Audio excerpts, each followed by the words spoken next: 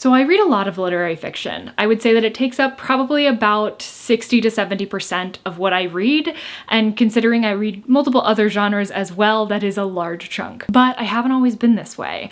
I used to love reading fantasy and romance, and those are two genres that haven't really stuck with me into my adulthood. But now that the new age of romance novels has dawned upon us, I mean, a while ago, admittedly, I'm late, I want to try diving in. The way I really want to get started into it is by reading Emily Henry. The reason for this is that I sometimes hear that her writing is a bit like literary fiction, or that it is like literary fiction light, where it's a bit more descriptive. Maybe her characters go through a bit more character development than in other romance novels, and I think that that is what I would like to see the most. I love a movie rom-com, so if I could translate this love into books, I would be so very happy. So I'm hoping that by doing this, I will gain more of an appreciation for modern romances, be more willing to try them out in the future, and to just have a good time. But also, I think it would be fun to look at these with more of a critical eye, being somebody that does typically read literary fiction, and to come at it from where I'm at in reading and from my love of literary fiction books, to see if this is true, if the books really do read like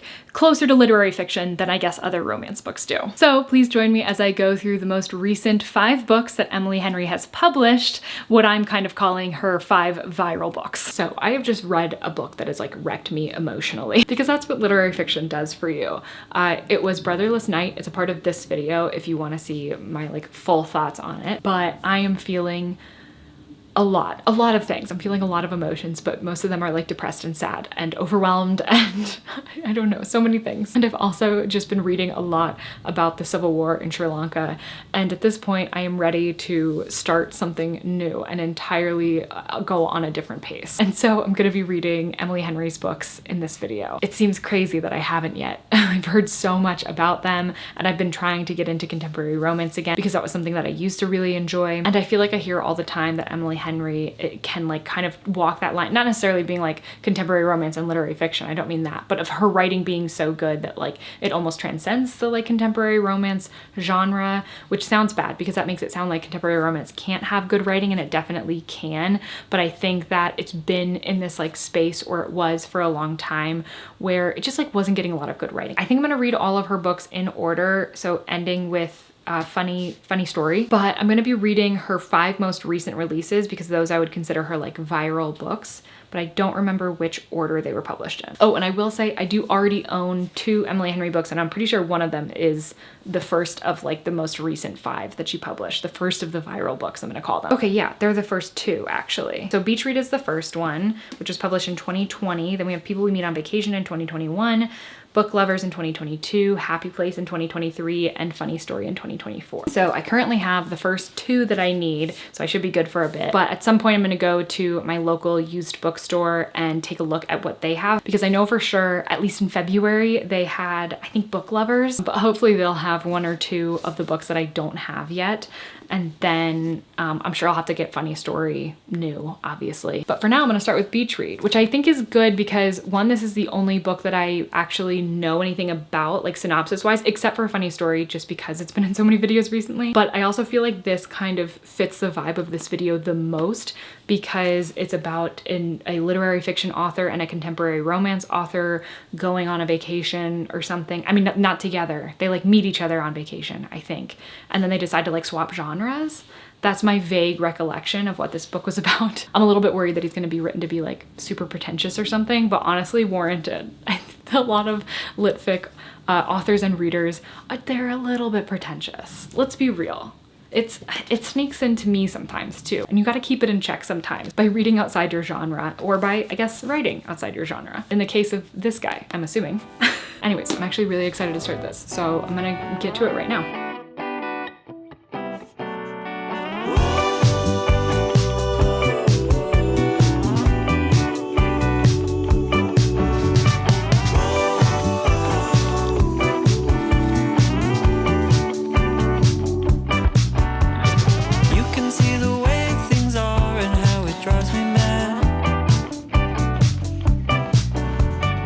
Is it too too early? Is it too early to say that I get it? I mean, that's not to say that I don't have any gripes at all, but I think that the writing and the story is fun enough that like I don't really care too much about those. They're just like things that I noticed. So this follows January, that's our main girl, and she is going to stay at this lake house that was like a cottage that her dad owned and passed to her when he passed away. And she's kind of always had this perspective of her life that she always has these like happy endings that happen in her life because things have just like always worked out. Like her parents were super in love, and even though her mom got cancer twice, they were all there together to like stick through it together and come out on the other side, and everything is like great and happy. But then she realizes that her dad had this like second life that she didn't know about, and it kind of like throws her world into chaos. She ends up breaking up with her boyfriend, or her boyfriend rather ends up breaking up with her. So like that was another point in her life that was like this perfect thing that was just like demolished around the same time that she finds out this thing about her dad, and her dad passes away. So it was like all of this at once. Now the reason why I put little quotations around her finding that out is because she doesn't actually find that out. And this is very early in the book. This is like chapter 2 is what I'm talking about here. So don't worry, but it is one of my gripes. So she says like confidently that she's found this out, that she knows that her dad was living the secret life, that he was like with this other woman this whole time, that like he was with his mom, that he was actually with this other woman, and like her mom knew about it. Like January's mom knew about it that whole time. Or maybe not the whole time, but like for a while before January finds out. But her evidence for this is simply that a woman shows up at her father's funeral that she's never seen before. She's the one that hands her a letter from her father that she has not read. But this woman shows up at the funeral, gives her this letter and a key, I assume, to the cottage, and was like, your dad talked so much about you. And then January's mom is really upset that this woman is here.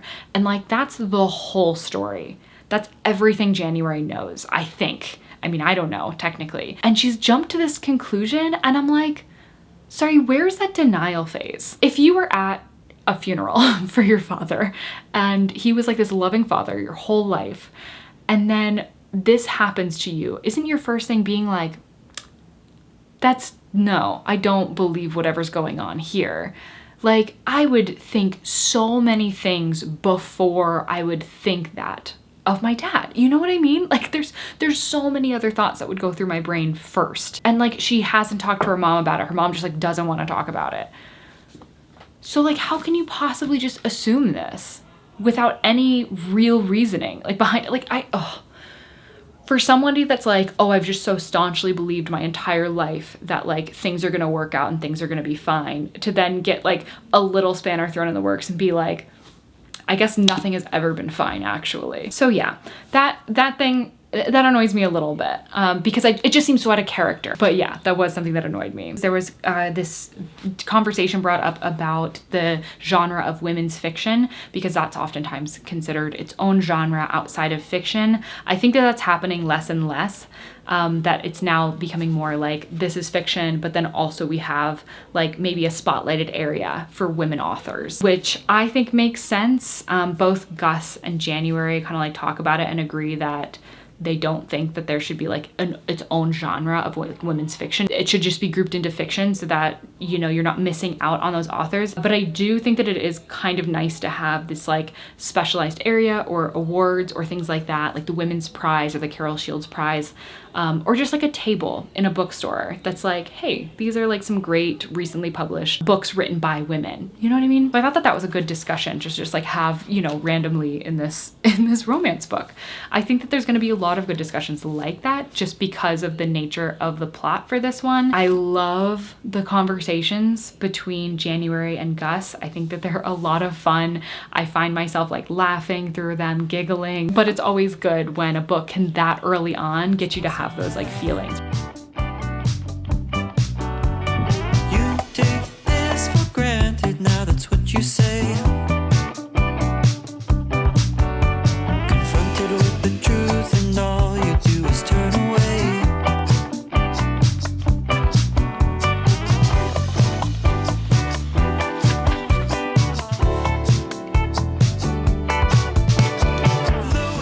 She doesn't like Streetcar Named Desire. What the hell? Very rude. Just, that's all I'm gonna say. I find it hard to believe things are just better.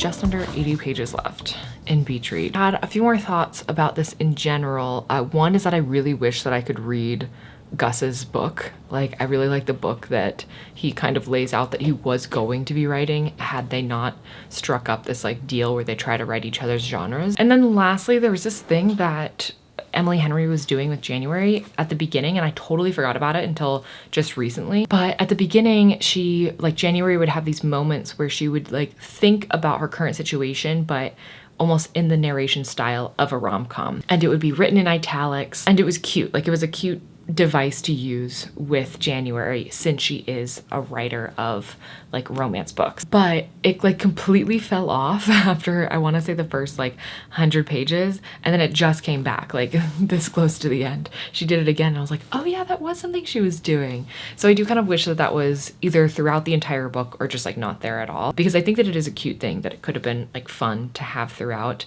And I think that it kind of drives home who January is, in that like she wants to write the stories of others. Like, she sees people almost as stories. Like, she sees a person and is like, how does this fit into the story almost? Like, that's kind of the vibe we get about her, but we don't see it a ton unless it comes to like romantic prospects. I don't point out these things to say that this book isn't good, because it still is. It's still so much fun, especially for what it is. You will get all the things that you were hoping to get out of reading this book. So me saying that there's not more of that, it's not really a negative. It's just, I feel like these are the kinds of things that I think about when I'm reading literary fiction. And because of the approach that I wanted to take to this video of somebody that typically reads literary fiction, reading books like this, I still want to like come at it with a little bit of that critical eye. But just know that like while I'm reading, I'm still just like having a good time, because I really don't want to like talk this book down, say anything that would like prevent people from reading this book, because it is a lot of fun and the romance is cute and I love their conversations back and forth. But yeah, I think I'm gonna finish this today, hopefully, although I do have some stuff to do today, so I don't know, we'll see.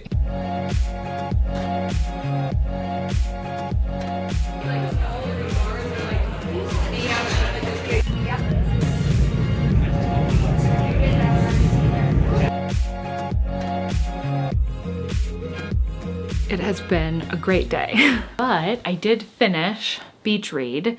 An honest question, is 5-4 short? This was something from like a while ago in the book, but I kind of just like forgot about it until I was like going through where my tabs were. But the quote is, "You're one to talk, you're what, 4 feet and 6 inches?" And she says, "I'm a very tall 5'4" actually." And he goes, "You're as small as you are ridiculous." Last I checked, 5'4" is the average height of women in America. And the only reason why I'm asking this question is because yes, I am 5'4". I mean, technically I am 5'4.5", which is only relevant when I'm talking to my mom because she's exactly 5'4". And so then that half an inch becomes very important. But anyways, I finished Beach Read. It was definitely cute. There was a lot of like moments towards the end that I was very happy with. I do think that it was dragged out a little bit, which led to me not enjoying the ending quite as much as I otherwise would have. There was something I was kind of surprised about, but I won't get into that because spoilers. Overall, I thought it was fun. It was good. There's something in it that I think was maybe missing for me, and I'm hoping to see it in the other books. I don't know what it is, but there's something, you know? And it might just be because it felt a little bit too long. Like, some of the scenes just felt more drawn out than they needed to be. I felt like for most of the longer scenes, I came to a point where I was like, okay, like I get the vibe of this scene, we can continue on. But still, overall, I had a good time. As for my star rating, I actually don't know. It might be like a solid 3 stars for me. Just to clarify what my star ratings mean personally, because I think that they could be seen as harsh by some people that would give out maybe more 5 stars than I do, or possibly even 6 stars, which I'm not one of those people, sorry. It's strictly a 5-star system. If I can't put it into Storygraph, I can't rate it that, you know? But 5-star is like incredible. It means one of 2 things, or possibly both, I guess. Either it was like life-changing in some way, like it was just had so much like wow factor and I just like think about it so much afterwards, and even if it was like a more difficult read, like I think about it a lot.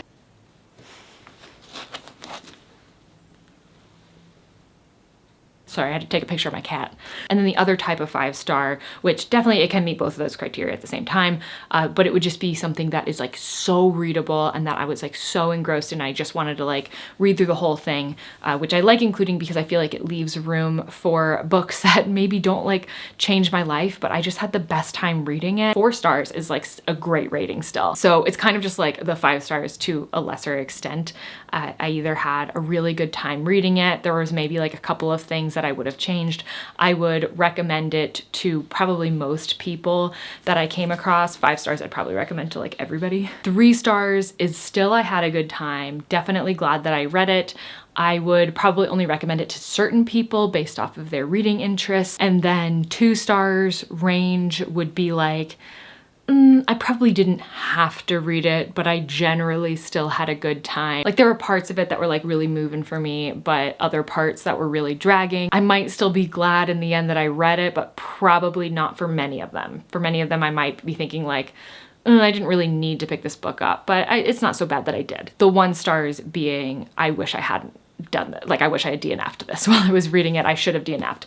Ideally, I would have no 1-star books because I would have DNF'd them. So that's my rating system. So 3 stars, even though it doesn't sound great, is still good. This means that if I were to run into people that enjoyed romance books, this would be one that I'd recommend. I wouldn't need to. They probably would already know about it if they like romance books, but I do think that it's a great book for that genre. Like if I think of all the romance books that I've read, this would definitely be near the top of that list. And I'm looking forward to seeing like what else her writing can bring for me. Speaking of, I've officially started People We Meet on Vacation. So I finished Beach Read while at Silent Book Club, and then I started People We Meet on Vacation. And then actually on my way back from Silent Book Club, so I took the train through Union Station and I ended up going to Tattered Cover, and I picked up You'll Never Guess. Funny story. So now I officially have the most recent Emily Henry. This was the last copy that they had there, so I was pretty happy about that because I was certain that they would have it there, and I would have been really disappointed if they didn't. Unfortunately, they didn't have the other book that I needed, which was Book Lovers, because I did actually get Happy Place from the used bookstore, which is funny because they had Book Lovers the last time that I was there, but they didn't have that this time. They only had Happy Place. So I've got 4 out of the 5 books that I need. I do need the 3rd one though. During some Silent Book Club time and during the train ride back, I read People We Meet on Vacation. I've made it 60 pages in at this point. I had basically no idea what this was about beforehand, and I bought it on my Kobo so that I could read it out and like not have to bring 2 physical books to Silent Book Club. Basically, it's about Poppy and Alex. Those are our 2 main characters. They've been friends for like 12 years, except that they've recently had a falling out 2 years ago. So they were friends for 10 years. They had some sort of falling out, and then the story starts like 2 years after that. Technically, there's a prologue that happens like right before, I think, when their friendship is fractured.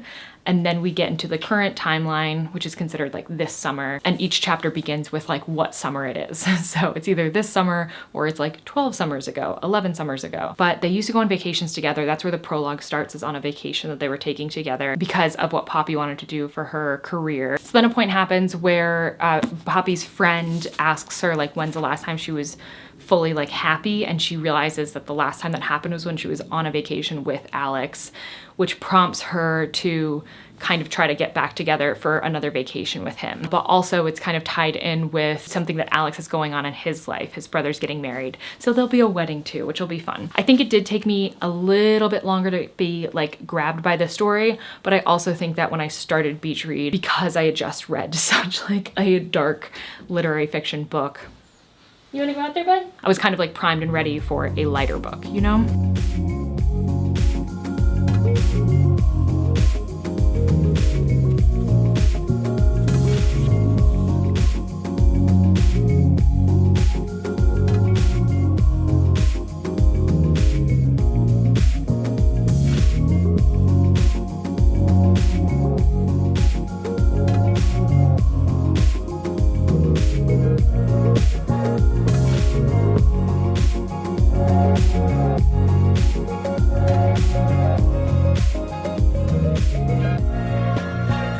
So I don't think I've updated since I was about like 60 pages in, but I am now 280 pages in. And I just don't really have a lot to say about it. No, that's a lie. I do have stuff to say about it. It's just not as positive as I was kind of hoping for. I just feel like this book is very lacking in a lot of ways that Beach Read wasn't. And I think that the main problem with it, or at least my main problem with it, is just that it focuses so much on two characters. And when your entire like near 400 page book is based off of two characters and it's told from the perspective, from the first person perspective of one of those two characters, that's a lot of weight to put on just one person when there's not a whole lot going on. So I kind of talked about like the format of this book, which was basically that we are getting this current summer as well as flashbacks to previous summers of vacations that they've taken before. And because of this format, we don't really get a lot of the other people in their life. Every once in a while we get to see them interact with their friends, but it's very, very rare because we're going through all these vacations. So we need to like see all these moments that are just between the two of them for the most part. And I don't think that it's really adding all that much. I think some of the vacations maybe added a little bit to flesh it out, or could have like a cute moment where it's like, oh yeah, it was fun that we saw that. But because we already know where their relationship is at, like current day, I mean, sure, we don't have like all the background as to why the falling out happened, but because we know what we know, we also know certain things are not going to happen in like the flashbacks. It just makes like the flashbacks not as, it doesn't have that like rom-com-y fun feeling to it where you're like, oh my gosh, is this going to be the moment? Because you kind of already know what the moment is based off of hints that happen later. So it just makes me, for the most part, only want the current timeline because the flashbacks just kind of feel irrelevant at this point, with the exception of what I assume is going to be the last flashback, which is going to tell us what happened. I just don't think these two characters are strong enough to hold this story the whole time without more interactions with other people. So it's making me rethink my rating of Beach Read, honestly, because looking back, I'm like, okay, there were a lot of elements to Beach Read that I think I kind of like took for granted and that I think like actually make a really good book. So I think I'm probably going to change my rating for Beach Read, but I think I'll wait until I've fully finished The People We Meet on Vacation because I'm still kind of thinking about it. Also, yesterday I went and got Book Lovers from Barnes & Noble, so I'm officially ready for when I finish The People We Meet on Vacation, which is good considering I have like less than 100 pages now. And of course, that officially means that I have all of the books that I need for this video, which I have to say there is something very satisfying about all of her books lined up.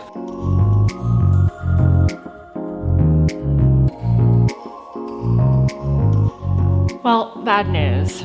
I didn't like People We Meet on Vacation. It just feels kind of bad to say. I don't know why, but I thought that every book that I was going to read in this video that I would at least like generally like, but now I know that that's not the case. I wish that I had been filming my face while I read the last like 60 pages of it. Yeah, it was just a lot of like, really? Is that how we're doing this conflict? I feel like nothing about the characters made sense for the conflict. Maybe for Poppy, but definitely not for Alex. Maybe it's because of like the snippets that we get to see, because obviously she's going to show us the snippets from the vacation over time where we can kind of tell the most that they like each other or that there's potential there. And maybe like there's a lot more moments that we didn't see where like that wasn't the case and that wasn't indicated. So like something would make more sense that way. I'm trying to be very vague about this in order to not like spoil anything. But yeah, it wasn't a great conflict for the end for me. And then like as soon as that happened, I was kind of like,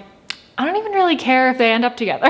I agree with myself from earlier that I just don't think these characters are strong enough to be carrying this whole story. It did help a little bit that at the very, very end, there was more people involved besides just the two of them. But to have like 300 pages of this like 360 or whatever page book, to have that be like just them and hardly anybody else, hardly any conversations even with other people, it wasn't good enough for that, you know? I also don't know if I love the title for this book because I think that that kind of implies something else. I almost wish it was like The People We Become on Vacation, and if it like focused more on your like vacation self, because it kind of touched on those ideas and like just touched on that theme like throughout the book, maybe like 2 or 3 times. But I think it could have been really fascinating continuing along with that, especially since like part of the like, I don't know if this would work for real, is that they only ever like spend time with each other when they're on vacation and not like in their real life. So I think that that could have been an interesting take and like a better way to tell this story. So that was, yeah, a bit of a disappointment. So I've decided that Beach Read is actually going to be a 3.5 for me. And I think this one, I was thinking 2.75 for a while, but actually after the ending, I kind of think I want to make it a 2.5. However, the good news is I think that I'm going to have a better time with book lovers. Now, I'm not very far into it. I'm only 36 pages in, but I like the main character. I think that she's got more depth to her more immediately than our last character did. I feel like January had a lot to her like right away, and we kind of get like the sense of who she is pretty quickly. And then I didn't really get that with Poppy. I felt like it took a while to kind of get an idea of who she was. In this book, we have Nora, who is described like right away as being like the person, you know, when you are like watching a cheesy rom-com and one part of the couple is coming from this big city and they go to this small town, they meet somebody else that like lives in the small town and like kind of represents this like quintessential small town life, and then they fall in love and are like, oh my gosh, I need to like totally rethink my life. I don't want to live in the big city anymore. And then they break up with whoever their like partner was in the big city because they like represent who they used to be basically. So Nora is the partner that stays behind in the big city, that never even went to the small town to begin with, that is broken up with in the story. That's how she describes herself, because she literally just got out of that situation. Like she, at the very beginning in the prologue, is getting broken up with by a guy who has met somebody in a small town and is like staying there. I think that that is a hilarious way to start a book, and it gives you a good idea of who Nora is right away because we've all seen that movie. So I'm a big fan of that. And I'm also happy that we get somebody who is not so romantic seeming, because I feel like both Poppy and January were very much romantics, whereas Nora doesn't seem to be that way. She seems a lot more uptight, which, like, let's be real, is also very much a trope, but it's just like refreshing after coming from the first two books. Not to mention, it doesn't seem like her love interest is really all that different from her. He doesn't seem like a romantic either. And so I'm excited to see these two characters that both kind of embody that and see how they fall in love. But basically the synopsis of this is Nora's sister Libby wants to go to this like small town that was used in a book that Nora's publishing company published. Like, Nora is an editor, I think, and her company that she works for published this book that is set in this small town, and her little sister is like obsessed with the book and obsessed with the small town that it's set in. So she wants to do like a big month-long vacation there. Well, I think Nora's still working while she's there. It's just she's like working remotely instead of going into the office because it's like a slower period of time for the publishing industry or something. They're now going to this small town, and it seems like Libby is like kind of hoping that, not even kind of, like she's very blatantly hoping that like Nora finds somebody in this small town. I think mostly because like Libby wants to move to a small town, like she doesn't want to live in New York anymore. So I think that she likes the idea of both her and her sister deciding to like move to some small town. But I mean, I think like partially Libby's like joking around about it, like, oh yeah, you need to find yourself like a lumberjack, but also partially she's very serious about it. And they've got a checklist of like things to do there that Libby created, which I think is super cute and a fun like device to have in a book like this. So I am optimistic about this one. I am hopeful that I'm gonna like this better than at least People We Meet on Vacation, but ideally better than both the first books. Baby, baby, baby, it's plain to see that I get starstruck in your company. It's taken a year, but you don't understand how it makes me feel when I hold your hand. Okay, my bad. I think I was just like fully out of focus for that. But this book is so good. I'm having such a great time. When did I last update? I think I was only like 30 pages in when I did my first update. Now I'm 240 pages in, and I have just over 100 pages left. I think what sets us apart from the other two Emily Henrys that I've read so far is just the depth that is added to these characters. But then we also have other characters that are very clearly like fully formed characters. I do think that I said that our main character, Nora, I think I said that she was an editor, and she's not. She's a literary agent. So I just wanted to correct myself.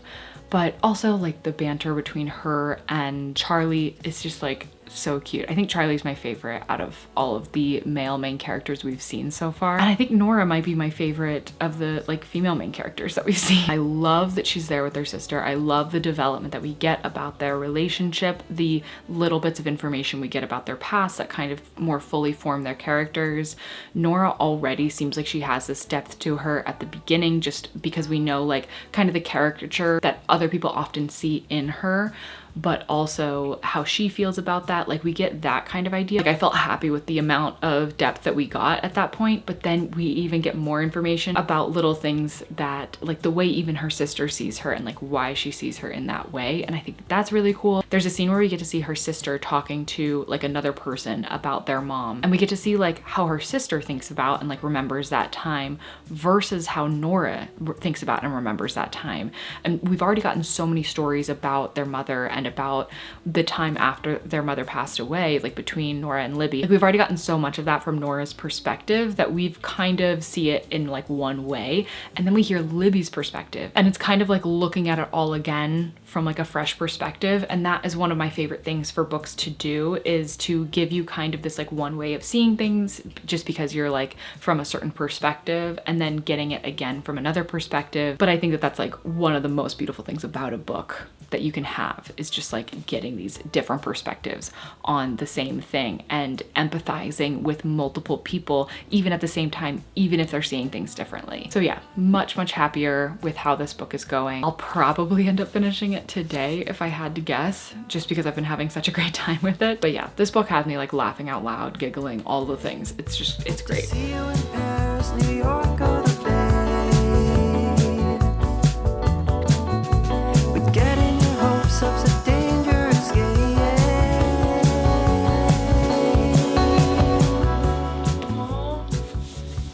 Okay, this is my favorite.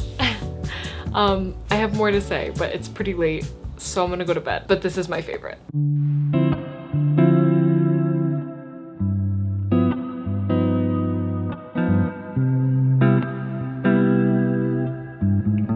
Okay, so I finished Book Lovers last night, and I think I'm actually ready to talk about it. I just went to a book club for Remarkably Bright Creatures, which was my first time going to a book club here, but it was really great and everybody was so lovely. Really excited to see them again and like talk about other books in the future. Anyways, so I finished Book Lovers last night, and I don't have as much to say about it, but I think that's really just because I enjoyed it. Like I had a lot of fun the whole way through. I don't think there was that same feeling that like it could have been shorter. I mean, I do still think that it could have been, like I think some things could have been cut, but I think that like there was a lot, because we got so much from like other characters. We got to know a lot about Libby and like her motivations.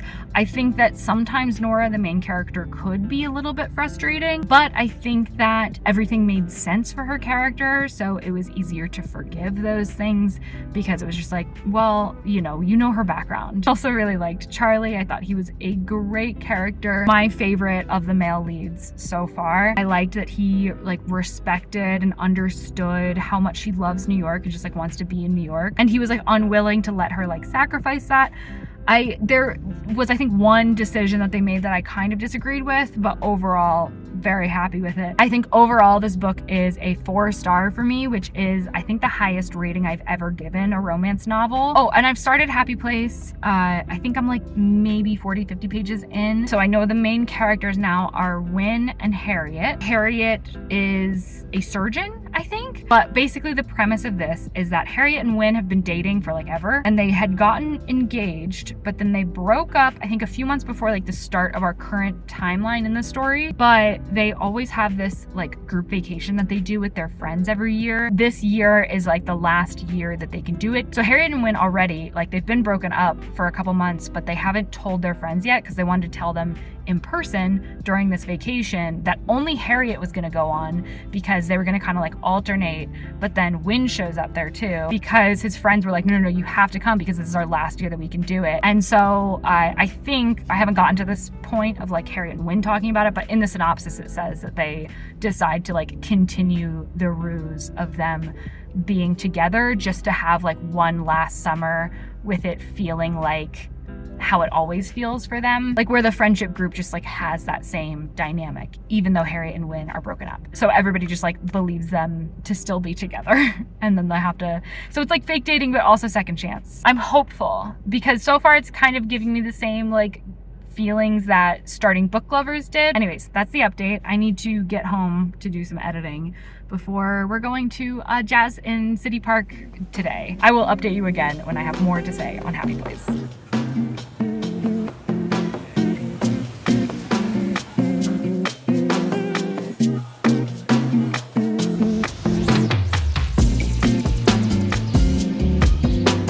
Good morning. It has been a little bit. I ended up taking a little bit of a break since last weekend. I think that I was just in like romance overload and I was having a hard time entering into a new story with new characters and like separating it and giving it its own fair shot, which I really didn't want to do because I had a good feeling about Happy Place going into it. But I think that that was kind of helpful because yesterday I felt like ready to pick this back up and then I got to 160 pages in. So all is well, the break worked. And I will say my good feeling about this one isn't as high as it was before.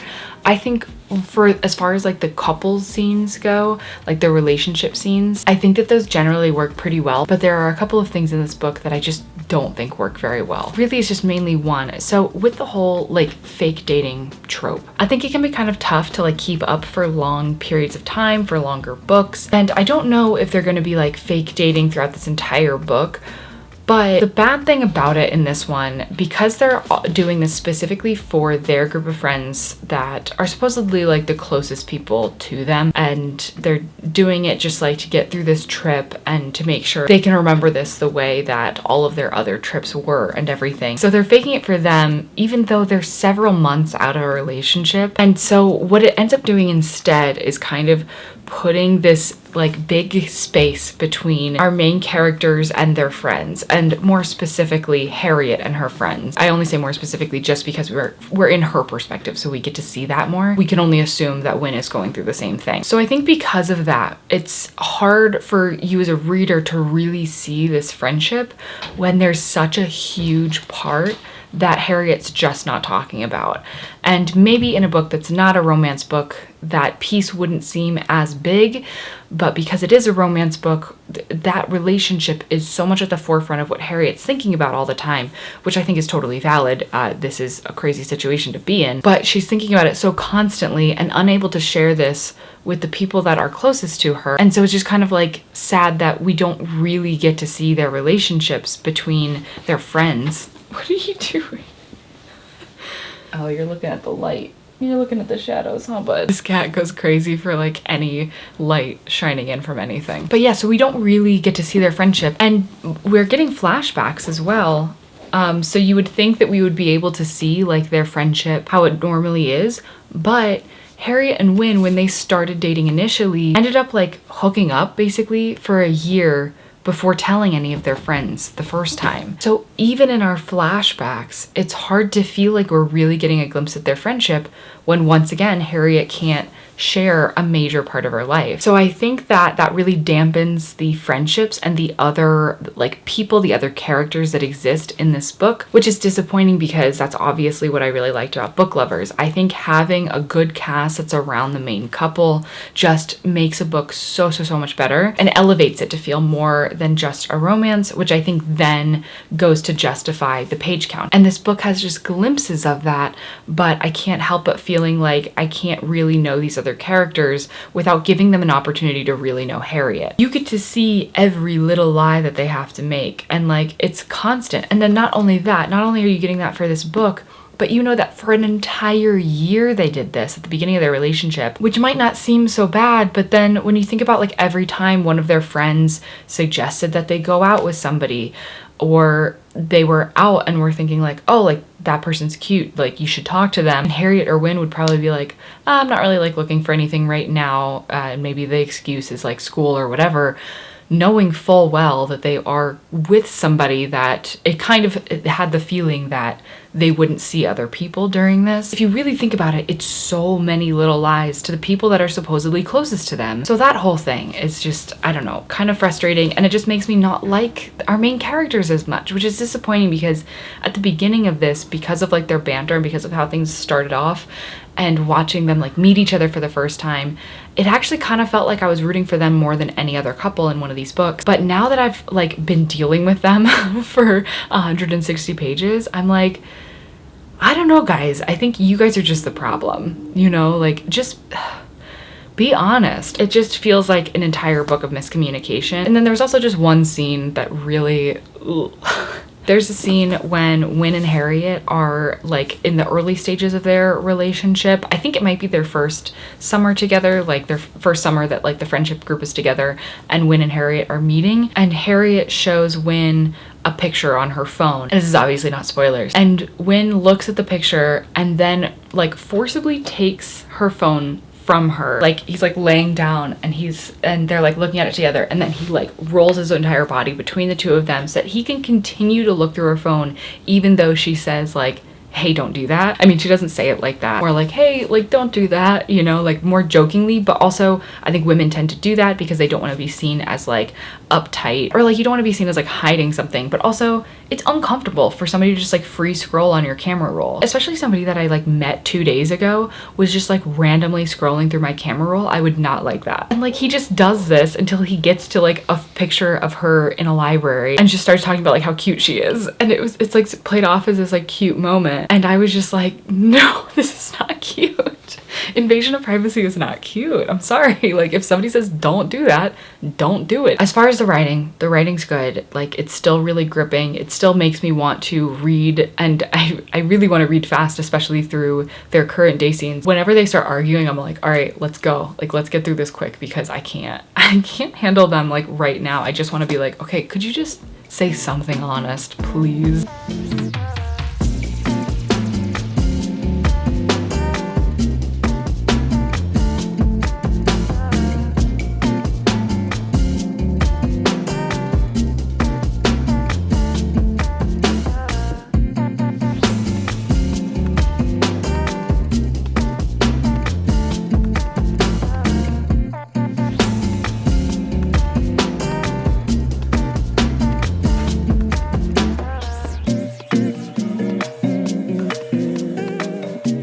So it's been a while since I've last updated. I had a trip to San Francisco, which was great, so wonderful. It was just like a long weekend away, but I just have not had an opportunity to, or when I have, I haven't felt up to like sitting down and catching you up with where I'm at in the book. So I'm very sorry about that. I actually don't remember when I last talked about Happy Place, but I know that I didn't wrap it up. So I do remember talking about being a little bit annoyed with Happy Place in that the friends are kept at such a distance for so much of this book, and that continued to be a complaint of mine. However, towards the end of it, that became less of a thing, of course. But I think the reason why I struggled with this one so much is that it just felt so unrealistic to be in that long of a relationship and to just end it in the way that it was ended, and to not want any clarification on it, to not want to understand why it was ended in that way, for Win to end it so quickly. You do get his reasoning behind it, like he does say, but I don't think that it really works. I will say setting wise was great. I think that she does do a pretty good job of setting atmosphere, which is wonderful. I think that that's something that I probably would continue to look for in romance novels. So I'm glad that I'm getting like an example of what I think would be a good version of like setting the atmosphere and everything. But yeah, overall, I don't know how I feel about this. I think this might just be a 3-star book for me, because I think that the moments that I wasn't enjoying it as much were not all the time. And I think that it was even between me enjoying myself and me not necessarily enjoying myself, or like just getting excited for like the next thing to happen. The last 50 to 100 pages were much, much better than the first portion of the book. Basically, like I think it wrapped up really well. And now I have started Funny Story, and I am 220 pages in. This one I'm really loving. I think that she's really hit a stride in this one. The start of the book is so good. It hooks you so quickly. This is about Daphne and Miles. So Daphne is recovering from a breakup with Peter, her fiance, and Miles is recovering from his breakup with Petra, his girlfriend. And Petra and Peter broke up with both of them because they were getting together, and they were like childhood best friends basically. So now Daphne is living with Miles because she was living in Peter's house that he bought. And there's also like a fake dating trope in it as well. But the start of this book is so good. So at the very, very beginning, like first couple pages, it starts with Daphne talking about how Peter was like so great at telling their story, like their love story. The way that he tells it, it sounds like the beginning of this like romantic comedy movie. So he makes their story like sound just so romantic, so sweet, so meant to be. And then he goes on his bachelor party in which his best friend Petra is invited, and she says, but then his bachelor party happened and everything changed. The story tipped onto its side, found a fresh point of view, and in this new telling of it, I was no longer the leading lady, but instead the teensy complication that would forever be used to jazz up their story. And I thought that that was just like such a great and like visceral way to start off the story, where like you immediately are so much on Daphne's side and you want like the absolute best for her, just because of how ridiculously she was jilted and like in such a terrible way. That was great. I think that her meeting Miles and like the introduction of Miles is really great. The weird thing is I heard a lot about, because this is when I knew the most about going into this, especially like the most fresh information, just because this just came out and like everybody's reading it. And I've heard multiple times people say that they didn't really like Miles right away. And I have to say, I think this is maybe the most that I've liked one of the male characters. I think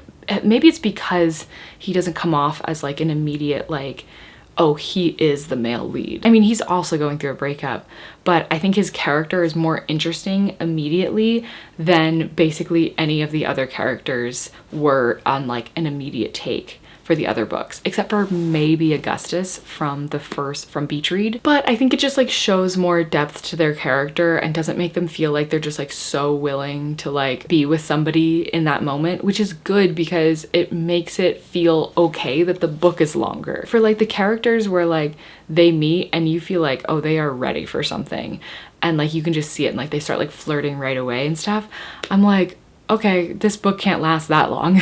But when it starts and both characters are in a state of like, they're probably not really ready for something serious right now, then I think it gives like a better background to have a longer book. Anyways, another thing I really liked about this one so far was, well, first of all, their conversations back and forth are so good. Also, Daphne is developing a friendship in it, and I love that friendship. I'm so happy with how that's going. It helps not only give her like another relationship to more flesh out her character in a way that's not just like romantic or jilted, but it also gives her like this space for growth that I think she needs, because like she has a really hard time making friends, and all of the friends that she did have were Peter's friends. Like she worked really hard on building those relationships and focused in on those relationships to the point where even at work, she works at a library, her coworkers didn't really know her, and she'd worked there for at least a year, I think. So just her gaining a friendship at all through this book is a lot of character growth for Daphne, which has been great.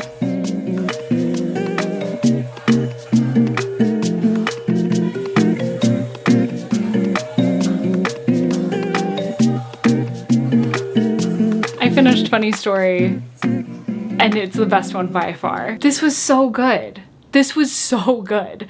Like, oh, I'm really happy because I kind of felt like a negative Nelly like this whole video, and that's not what I wanted to be. She did such a good job of a slow progression of the characters, also not making it linear, but having there be these like stumbles, but not in a frustrating way. I would say there was only like one moment where I was kind of like frustrated, and even still I understood, which is like, it's such a hard thing to do, and that's what I think I've been looking for in all of these books so far. I think sometimes conflict feels like it's written in purely because like it needs to fit this like genre, or it needs to fit like a trope that they're going for or something like that. But this one felt so intentional, so much like the characters are real, even though we're going through this like ridiculous situation where two characters, their exes are like getting together, and that's why these characters are in an apartment together and like living together. Even though we have that ridiculous premise, which like the odds of happening are so slim in real life, because of the way the characters are written, it just works. And I'm just so pleased. I feel like I heard kind of mixed things about this one,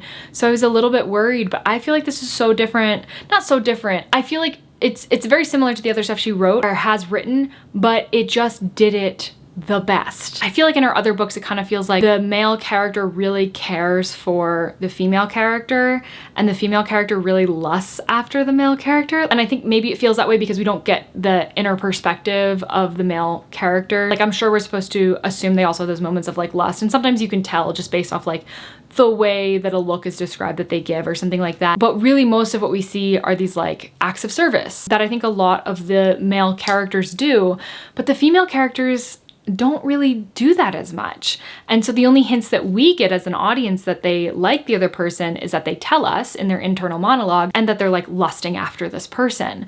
So it feels less real. But for this one, I really felt the care that Daphne had for Miles, and the care that she had much earlier on, which was so good. And of course, you also feel the care going the other way. Is this a 5-star for me? I think this is a 5-star. I think it just is. I'm sorry, I'm surprised. I'm happy. I'm very happy about this. And I'm looking forward to reading more from Emily Henry. I probably won't go back and read like her original books that I know she wrote before these like super popular books, but I've officially read her, what I'm calling her viral books, the ones that are so insanely popular. So anyways, that is going to do it for this video. Thank you so much for watching. Is there another author you think that I should do this for? It doesn't necessarily have to be a romance novel, but I have been thinking about a couple of authors that it could be. I know Abby Jimenez is huge. Also Ali Hazelwood, but then even outside of romance. So if you have other ideas for authors you would like me to explore for a video similar to this, then please do let me know. And if you've made it this far, thank you so much for watching, and consider subscribing if you haven't already, and I will see you in the next one. Bye.